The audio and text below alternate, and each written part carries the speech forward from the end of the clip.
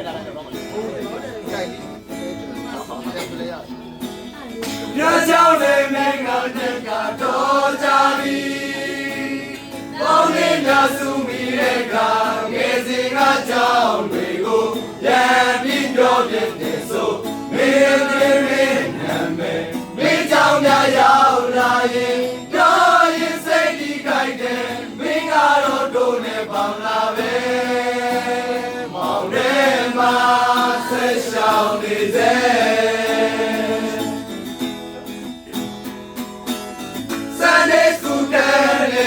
ခင်လာသူခုရက်ဒီမမီလေးရဲ့စာဆိုတဲ့မင်းကတော့တဲ့ဆရာဆရာမချစ်တဲ့သူရဲ့ကြည်ရင်လို့တွေလူလောကရဲ့လမ်းတွေပေါ်စိုးရမိုက်ချရင်နဲ့ရုပ်တဲ့တော်မင်းကပေါလာပဲမောင်ထဲမှာဆက်ရှောင်းနေစေ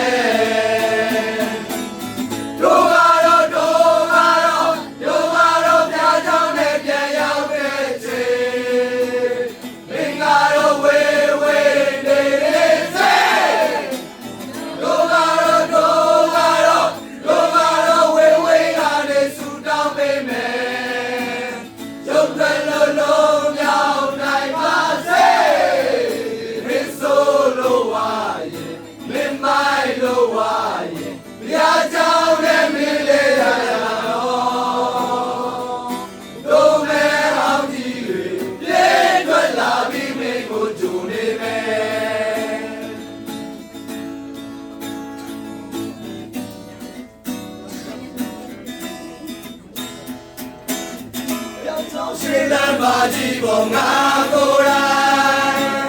မူမူနဲ့ဆေးလေးလေးပွားအိမ်ပြန်လို့လိုက်လျှောက်လာစေဒီလေးကွဲတော့ဆိုတာရကြောင်ကထွက်လာသူတွေတွေ့တိုင်းမှသိလာစေရမ်းမဲ့ဝမ်းနဲ့သွားပြီးရုံးတဲ့ဖို့ဆုံးဖြတ်တာတွေလဲ